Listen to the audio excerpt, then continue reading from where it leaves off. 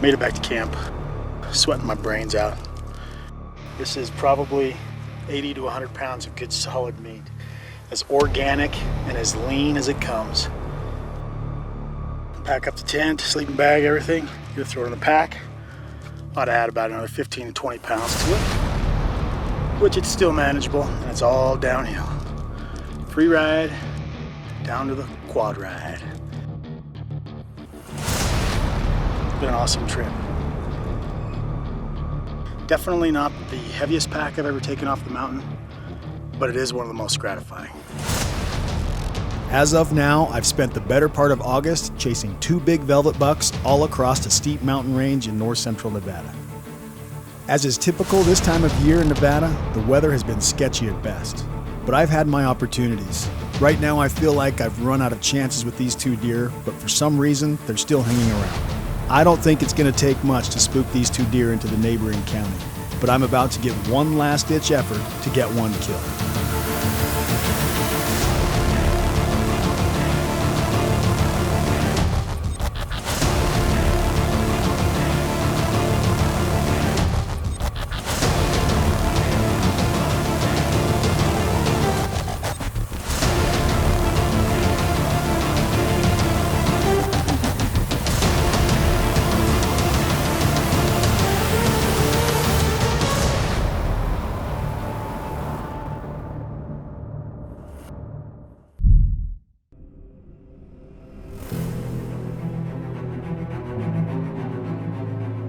After taking a couple weeks off, I'm back on the mountain. I'm back on the mountain at least physically, but emotionally and mentally, I'm somewhere else.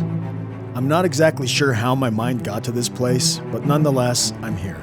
Even though it's still early in my hunting season, I feel blown. I feel blown, but I push on, and I'm hoping that just maybe the only thing that can help a guy feel like hunting is more hunting.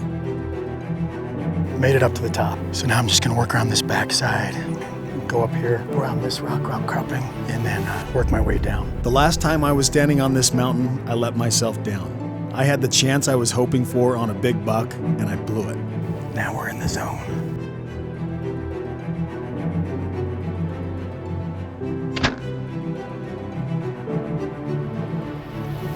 I drew back on my side here and came up, and just as I was getting ready, I released, and that lower limb just smashed me in the thigh. All of you guys out there have probably at one time or another found yourselves in a mental state where you didn't really want to be. My only suggestion or glimmer of hope would be to think of the good times, the times when everything seemed to come together. Thinking of these moments of success will hopefully bring your confidence back, and hopefully it will serve as a reminder of why we do this. A reminder of what being in the wild alone can do for your soul.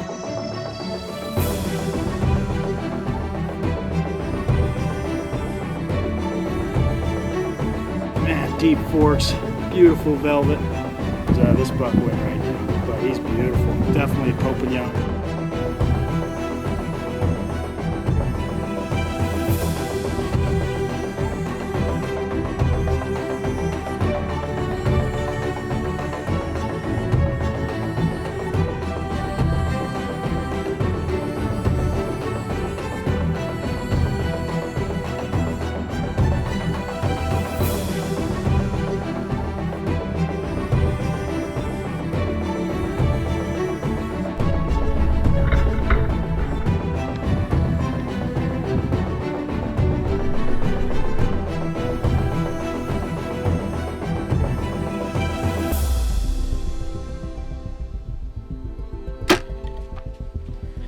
Guess I did hit him.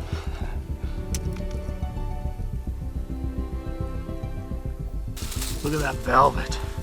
Oh man. Perfect velvet.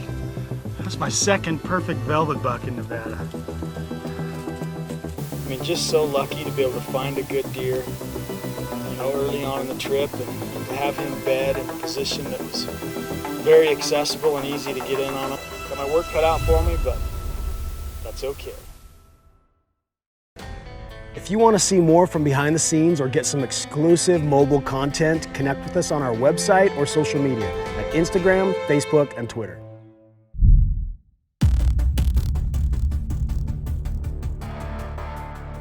They're not over on the part of the mountain where they were last week.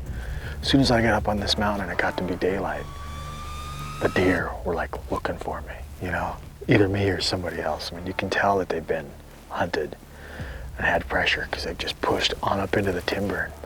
They've just been acting real stupid this morning, you know, with each other. And watched it through my spot and scope, pulled out the phone scope a little bit to get some video of them. And they kind of went to the timber, and then they just all started just shredding their velvet off. I think I'm gonna get aggressive this morning and get up there before the sun comes up, before it gets hot. Get to that peak where I can have a vantage point, and then make a plan from there. Wait for the winds to settle, the thermals to hit, and hopefully they're in a good spot.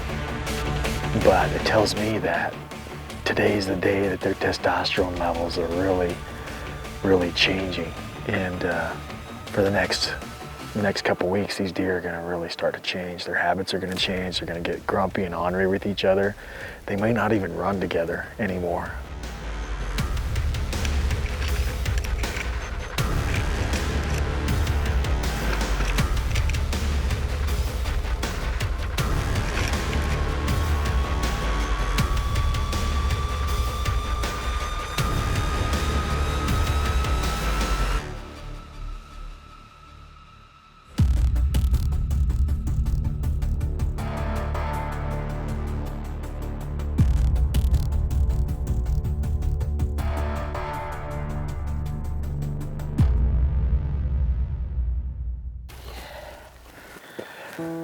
Well, the big 4x4 is bedded. The 3x5, he's still up feeding. And there's just no wind, or relatively no wind to speak of, so I've got to just kind of stay here. What wind there is, feels like it's right at my back, going right to them. There must be some thermals or something changing around that they're not getting my wind, because I'm only 150 yards from them.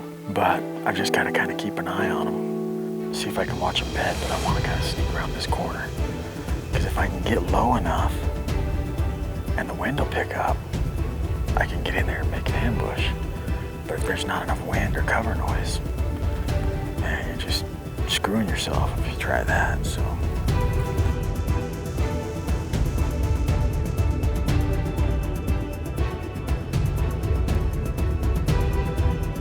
There's one thing that you can count on in hunting in the big mountains, and that's that the thermals and the wind are going to be so unpredictable. 200 yards away, making my sneak around, and I popped around the corner and I just felt a gust of wind just go right up my back, right up this gut. And sure enough, the buck's ears perk up, they stand up, and gone. You know, both the big bucks took off. All the other little bucks came out. I mean, every buck within a 1.5 2 mile stretch right here that I've seen in the last few trips I've been up here are gone.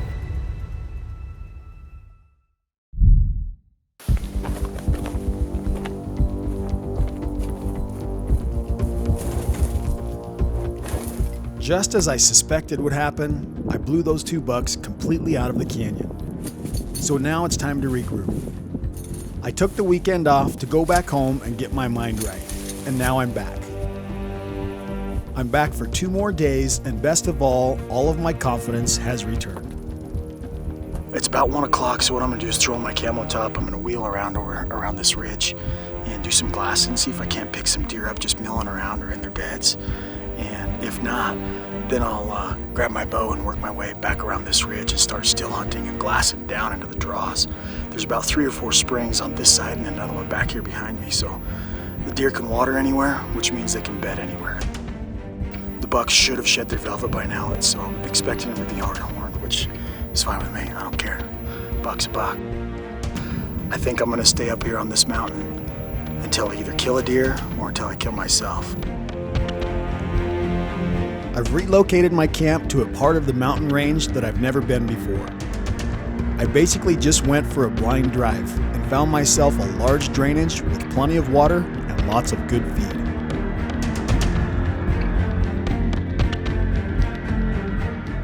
You know you're in tough country there's chucker all around you. You boys that chucker hunt in Nevada, you know what I'm talking about.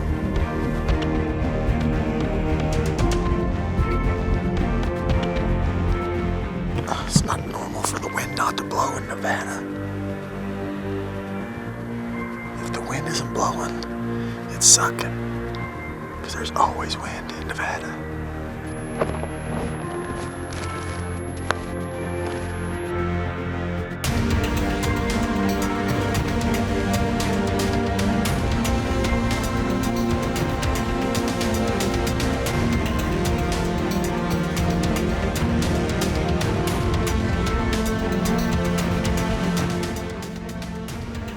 Out my GPS and started looking at the map, and turns out this is a pretty heavily used trail, just like a recreational trail. And there's a road right down there, so maybe not as secluded as I thought it was. I guess it pays to do your homework up front. Anyway, beautiful evening, beautiful sunset. Brought to you by Solo Hunter Brand Apparel and the Solo Nation.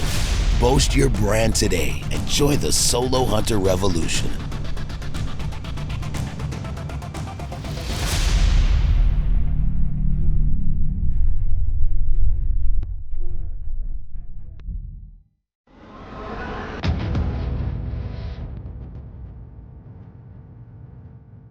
It's now the last morning of my hunt, and after today, it's time to move on and head to another state.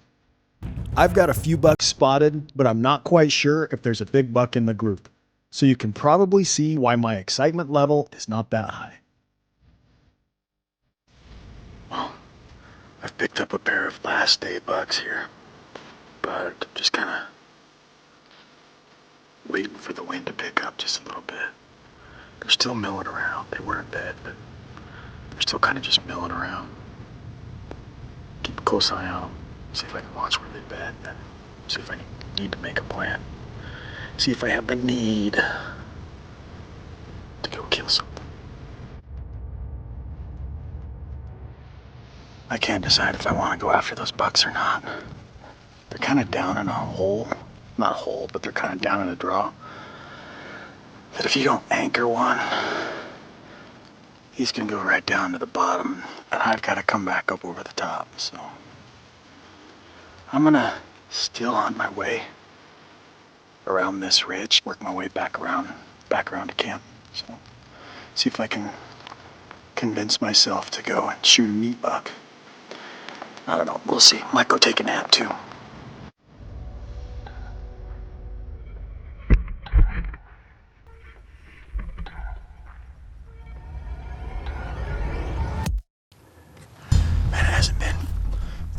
Since I got up and left my spot there, and I just bumped some deer right here.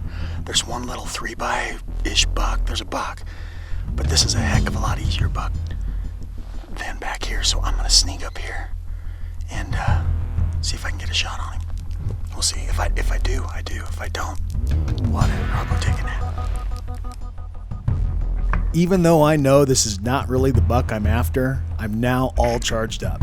You know the feeling, that feeling you get when you're pumped up for the challenge, and your head is finally in the zone. It doesn't always matter how big the rack is, but when I get this feeling in my chest, you better be glad that I'm not stalking you. Because there ain't nothing dying if the arrows ain't flying.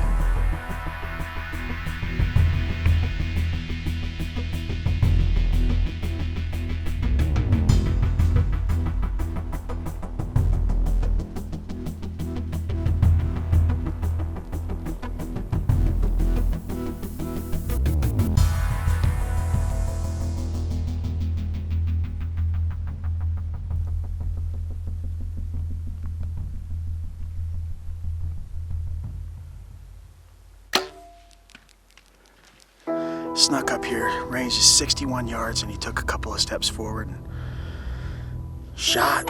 I hit him. I mean, it hit him. I don't know exactly where. I'll have to look at the footage and see, but nice meat buck. Hopefully, if I'm lucky, he doesn't go all the way to the bottom.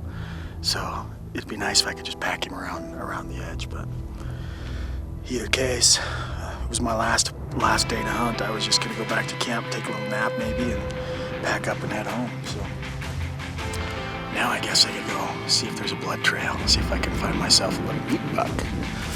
Put a little venison in the freezer.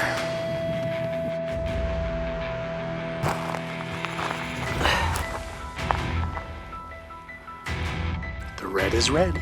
No evidence of bones, but there's just blood everywhere. Should have him. Should have him.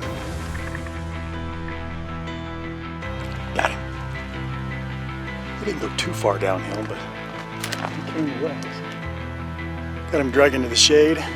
I'm just gonna get him broken down, get that hide off, and get him cooled as fast as I can. Because I don't want to lose him. He's gonna be a good eater.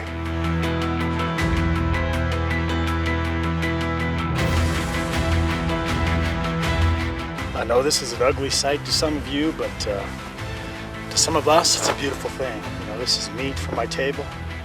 This is a trophy. This is memories that I have. You know, this is probably 80 to 100 pounds of good solid meat, as organic and as lean as it comes.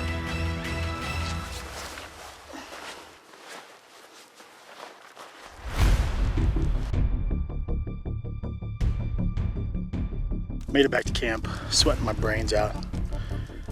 Pack up the tent, sleeping bag, everything. You throw it in the pack. Ought to add about another 15 to 20 pounds to it, which it's still manageable, and it's all downhill. Free ride down to the quad ride. Been an awesome trip.